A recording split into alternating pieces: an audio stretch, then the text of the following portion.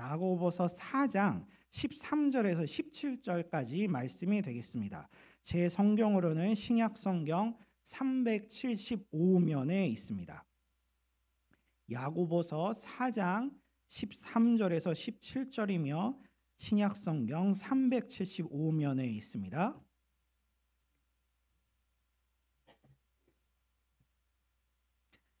그러면 다 찾으신 줄로 믿고 교독을 하도록 하겠습니다. 저 먼저 13절부터 봉독하도록 하겠습니다. 들으라, 너희 중에 말하기를 오늘이나 내일이나 우리가 어떤 도시에 가서 거기서 1년을 머물며 장사하여 이익을 보리라 하는 자들아,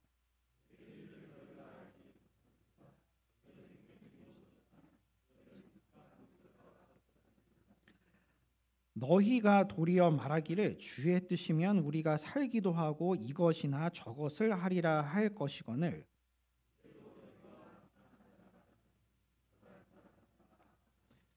다 함께 봉독하겠습니다. 그러므로 사람이 선을 행할 줄 알고도 행하지 아니하면 죄니라. 아멘. 이 시간 담임 목사님께서 나오셔서 내 결정과 주의 뜻이라는 제목으로 말씀 전하실 때 큰 은혜 받으시길 바랍니다.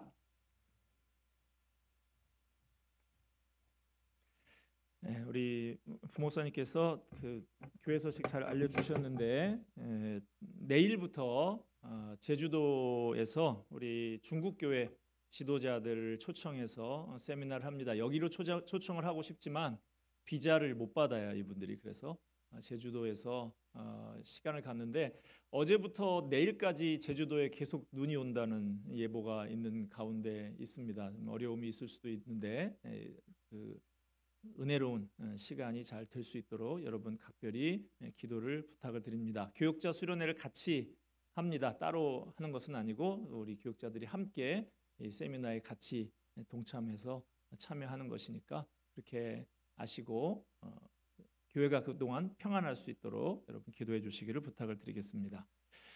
자, 오늘은 벌써 2025년의 2달을 마감하는 주일이 됐습니다. 정신없이 바쁘게 지나온 기간들이었죠. 돌아보면서 우리가 좀 반성을 해봐야 할 것 같습니다. 그리고 앞으로 남은 기간 의미 있는 시간으로 살아야 하겠습니다. 13절 말씀 봅시다. 들으라, 너희 중에 말하기를 오늘이나 내일이나 우리가 어떤 도시에 가서 거기서 1년을 머물며 장사하여 이익을 보리라 하는 자들아. 이 말씀의 배경은 이렇습니다. 지금 전 세계에 돈을 쥐락펴락하는 것은 유대인들이다, 그렇게 알려져 있습니다. 미국이나 영국의 유명한 투자은행, 보험회사, 이런 금융회사들이 거의 유대인들이 꽉 쥐고 있는 것으로 알려져 있어요. 그것이 요즘 와서 갑자기 그렇게 된 것이 아니고요. 야고보서가 기록되던 이 1세기 무렵에 이미 유대인들은 상인으로 세계의 명성을 떨치기 시작을 했습니다. 당시 유대인들은 지중해를 통해서 유럽과 북아프리카 지역으로 진출해서 무역으로 돈을 많이 벌었습니다. 이 온풍기 좀 꺼주시겠습니까? 이 앞쪽에는 좀 꺼주시면 좋겠습니다. 유대인들이 가는 곳에는 새로운 상품이 넘쳐났고 돈이 넘쳐났습니다. 그래서 이 사람들은 자신 있게 떠들었습니다. 나는 이제까지 가는 곳마다 사업에 실패한 적이 없어. 돈 버는 요령을 확실히 알거든. 내일이라도 어떤 도시에 가서 1년 정도만 사업을 하면 또 큰 이익을 남길 자신이 있어. 사실 이 사람은 대단히 유능한 사업가입니다. 자기 사업에 대해서 치밀한 계획을 가지고 있습니다. 사업을 시작할 시점, 사업을 할 지역, 사업 기간까지 다 머릿속에 들어있어요. 더 나아가서 이 사업을 통해서 얻게 될 이익까지 이미 다 계산이 끝났어요. 이미 여러 번 이렇게 사업을 시작해서 성공한 경험이 있어서 생긴 자신감으로 보입니다. 그래서 이번에도 과감하게 사업 계획을 세우고 자신 있게 사업 설명회를 하고 있는 것입니다. 그런데 본문을 보면 이런 태도를 허탄한 자랑이라고 비판하고 있습니다. 이렇게 유능한 사업가를 왜 비판하고 있을까요?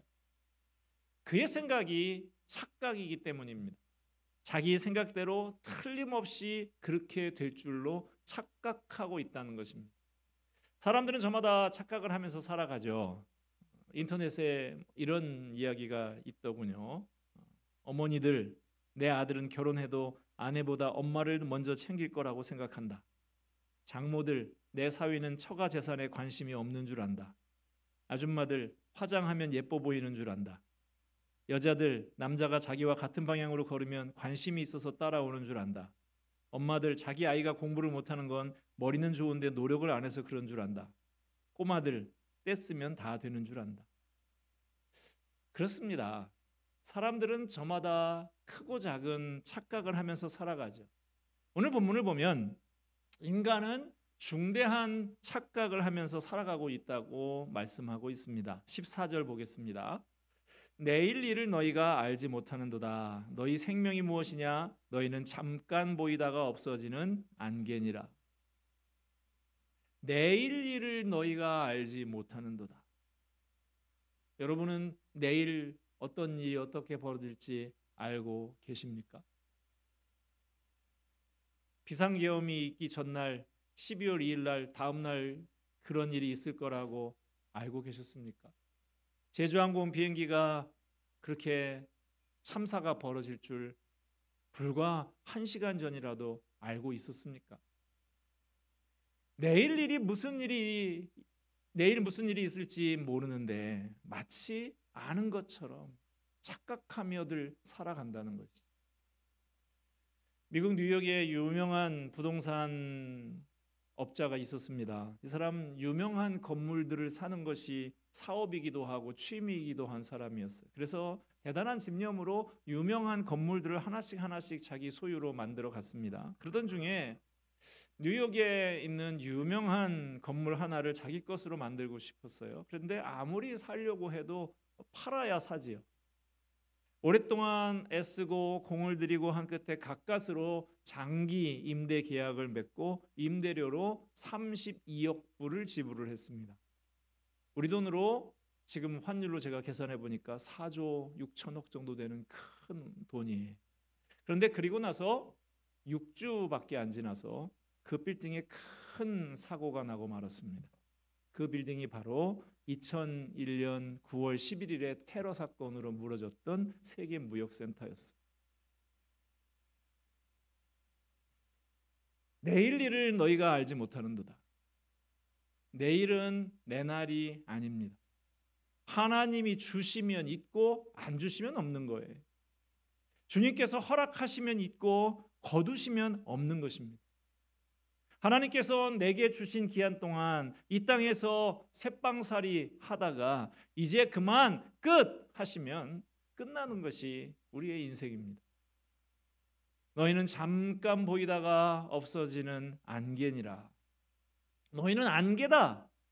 야고보는 사람이 안개와 같다라고 말하는 것도 아니고 아예 안개다라고 단정적으로 이야기하고 있습니다. 안개는 어떤 것입니까? 아침에 뿌옇게 안개가 끼었다가 해가 뜨면 곧 사라지는 것이 안개죠. 인간의 생명은 영원하신 하나님께서 바라보실 때 안개와 같습니다. 정말 짧아요. 그런데도 사람들은 영원히 살 것처럼 그렇게 살아갑니다. 사람들은 항상 죽음은 나와는 상관이 없는 듯이 남의 일로만 생각하면서 살아가죠. 그러나 우리는 우리의 삶이 어느 날 반드시 중단되는 시점이 온다라는 사실을 기억할 필요가 있습니다. 나는 반드시 죽는다. 이 사실을 기억한다면 삶에 대한 시각과 태도가 많이 달라질 거예요. 유명한 로마의 황제 마르크스 아우렐리우스가 인생을 진지하게 살아가기 위해서 신하가 아침마다 문안을 올 때 꼭 이렇게 말을 해달라라고 했다고 합니다. 폐하, 죽음을 기억하십시오. 라틴어로 말하면 모멘토 모리라고 하는 그런 말입니다. 그는 이 신하의 날마다 아침마다 하는 인사를 통해서 인간의 죽음과 유한성을 늘 기억하면서 겸손과 성찰을 유지하려고 했다고 합니다. 로마 군대가 나가서 개선식을 할 때도, 승리하고 돌아와서 개선 행진을 할 때도 승리한 그 장군이나 황제에게 노예가 죽음을 기억하세요, 모멘토모리, 이렇게 늘 했다고 합니다. 인간은 반드시 멸망한다라는 것을 상기시키는 전통이 있었다고 합니다. 사람에게는 반드시 끝나는 날이 있습니다. 죽는 날이 있어요. 그 종말을 의식하면서 살아가는 사람이 지혜로운 사람입니다. 생명에만 끝이 있는 것은 아니죠. 모든 일에 끝이 있습니다. 사업이 잘 될 때가 있으면 그 사업을 문을 닫아야 하는 날이 있습니다. 학교에 들어갈 때가 있으면 졸업할 때가 있습니다. 직장에 들어가면 나올 날이 있습니다. 올라갔으면 떨어질 날이 있습니다. 사업이 탄탄하고 건강이 튼튼해도 언제 안개처럼 사라질지 모르는 것이죠. 그러므로 솔로몬은 전도서에서 이렇게 노래합니다. 내가 해 아래서 행하는 모든 일을 본즉 다 헛되어 바람을 잡으려는 것이로다. 많은 사람들이 잡을래야 잡을 수 없는 그 바람을 잡으려고 쫓아가는 것처럼 인생을 어리석고 헛되게 산다는 것이죠. 우리는 이 짧은 인생 동안 속지 말아야 됩니다. 짧은 인생 속아서 헛되게 살고 나중에 사기당한 것처럼 억울해하고 괴로워하는 존재가 되어서는 안 되겠습니다. 자, 오늘 본문에 나오는 사업가, 이 자신만만한 사람, 어디에 문제가 있습니까? 사업을 해서 돈을 벌겠다, 그게 무슨 잘못은 아니죠. 계획을 세우는 것도 잘못은 아닙니다. 아무 계획 없이 주먹구구식으로 무슨 일을 하는 것보다는 계획을 철저히 잘 세우는 것이 더 나은 일이죠. 그러면 뭐가 문제입니까? 그 계획 가운데 하나님이 제외되어 있고 하나님의 뜻이 제외되어 있다는 점이에요. 모든 게 자기 중심입니다. 자기밖에는 계산이 없어요. 그 계획에는 하나님에 대한 고려가 전혀 없다는 사실입니다. 15절 말씀 봅시다. 너희가 도리어 말하기를 주의 뜻이면 우리가 살기도 하고 이것이나 저것을 하리라 할 것이거늘. 우리 인간은 역사의 주인이 아닙니다. 역사와 우주의 우리 인생의 주인은 하나님이십니다. 내가 가고 서는 것, 내가 살고 죽는 것, 나의 일이 되고 안 되는 것, 이 모든 게 주님의 손에 달려 있습니다. 그러므로 날마다 이 온 우주 만유의 주재자가 되시는 하나님의 뜻이 무엇인가 묻고 그 뜻에 따라야 하는 것이죠. 스탠리 존스는 이렇게 말했습니다. 아침에 기도와 말씀 묵상이 없이 하루 생활을 출발하는 사람은 해도와 나침반 없이 항구를 출발하는 선장보다도 어리석은 사람이다. 시편 127편에 여호와께서 집을 세우지 아니하시면 세우는 자의 수고가 헛되며 여호와께서 성을 지키지 아니하시면 파수꾼의 깨어 있음이 헛되도다. 잠언 16장에서는 이렇게 말합니다. 마음의 경영은 사람에게 있어도 말의 응답은 여호와께로부터 나느니라. 사람이 마음으로 자기의 길을 계획할지라도 그의 걸음을 인도하시는 이는 여호와시니라. 제비는 사람이 뽑으나 모든 일을 작정하기는 여호와께 있느니라. 그렇습니다. 사람이 아무리 좋은 계획을 세운다고 해도 하나님의 결재가 나지 않으면 계획대로 될 수가 없습니다. 사람이 아무리 치밀하게 준비하고 완벽하게 추진한다고 해도 하나님께서 역사해 주시지 않으면 그대로 될 수가 없어요. 우리는 계획을 세워야 하지만 그 계획이나 계획의 성취를 우리의 뜻이 아닌 하나님의 뜻 아래에 두어야 하는 것입니다. 오늘 본문에 나오는 사람이 돈을 벌겠다는 것 말씀드린 대로 잘못된 거 아니에요. 문제는 돈을 버는 목적이 없고 돈을 번 이후에 계획이 없다는 것입니다. 오직 이익을 보리라 그 생각만 가지고 있는 게 문제예요. 그 가운데 하나님이 없고 주님의 뜻이 없습니다. 하나님을 위한 계획, 하나님 안에서 품은 계획이 없는 게 문제인 것이죠. 오늘날 이런 생각으로 사는 사람들이 많이 있습니다. 목적이 없습니다. 돈을 벌어도 버는 목적이 있어야 하고 사업을 해도 사업하는 목적이 있어야 하는데 목적이 없어요. 그저 목적이라고 하는 것이 내 이름으로 된 빌딩 하나 가져봐야지, 이런 걸 목적이라고 목표라고 갖고들 있습니다. 물론 열심히 노력하고 저축해서 재산을 증식하는 것 나쁘지 않죠. 그러나 그렇게 돈을 벌어서 그 다음에 뭘 하겠다는 생각이 없는 게 문제입니다. 그냥 벌고 모으고 그 자체가 목표고 그걸로 끝인 게 문제인 것이죠. 지금 여러분은 무슨 목적으로 살고 무슨 목표를 가지고 살고 있습니까? 지난 얼마간의 기간 동안 무슨 생각을 가지고 사셨습니까? 혹시 안 쓰고 안 먹고 열심히 일해서 돈 모아야지 하는 마음입니까? 두둑한 통장을 만들고 건물주가 되는 것이 목표입니까? 미국의 저 일리노이주 시카고에 가면 세계적으로 유명한 교회가 하나 있는데 윌로우 크릭이라는 교회가 있어요. 그 교회의 원로 목사 되신 분이 빌 하이벨스라고 하는 유명한 목사님이신데, 저도 그 윌로우 크릭 교회 한번 다녀온 적이 있습니다만은, 이분이 청년 시절에 브라질로 여행을 가게 됐어요. 아마 이 청년 시절부터 상당히 부유한 집안에 그렇게 자랐던 분이었던 것 같아요. 이분이 하루는 그 브라질에 있는 호텔 스카이 라운지에서 저녁 식사를 하다가 우연히 옆 테이블에 있는 60대 부부, 은퇴한 것처럼 보이는 그 60대 부부가 나누는 대화를 듣게 됩니다. 여보, 우리가 그동안 고생한 가치가 있지? 이제까지 60년이 넘도록 못 먹고 못 쓰고 고생을 해서 이런 멋진 데서 휴가를 보내면서 호강을 하니까 고생한 가치가 있지? 빌하이베스 목사님이 그 청년 시절에 그 이야기를 옆 테이블의 소리를 전해 듣고 이런 생각이 들더랍니다. 이 식당에서 저녁 한 끼 먹는 게 뭐 그렇게 가치가 있단 말인가? 그것이 인생의 목적이란 말인가? 그 노부부가 참 한편으로 측은하게 보이더랍니다. 빌하이베스 목사님은 그 일을 통해서 인생에 대해서 귀중한 깨우침을 얻었다고 합니다. 그날 그는 숙소에 돌아와서 이런 기도를 드립니다. 하나님, 제가 적어도 그보다는 가치 있게 살고 싶습니다. 그보다는 더 영광스러운 인생을 살게 해주십시오.